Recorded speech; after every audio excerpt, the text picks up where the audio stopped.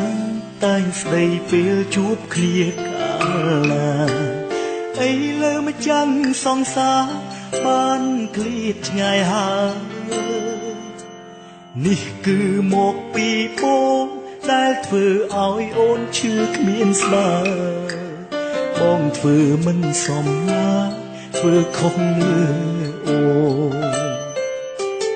ចង់វិលវិញណាស់ដែរក៏ប៉ុន្តែបងធ្វើមិនបានអ្វីដែលមិននឹកស្មានគឺបងមានថ្មីពេលនឹកអូនម្ដងបងតែងលួចខលទៅរក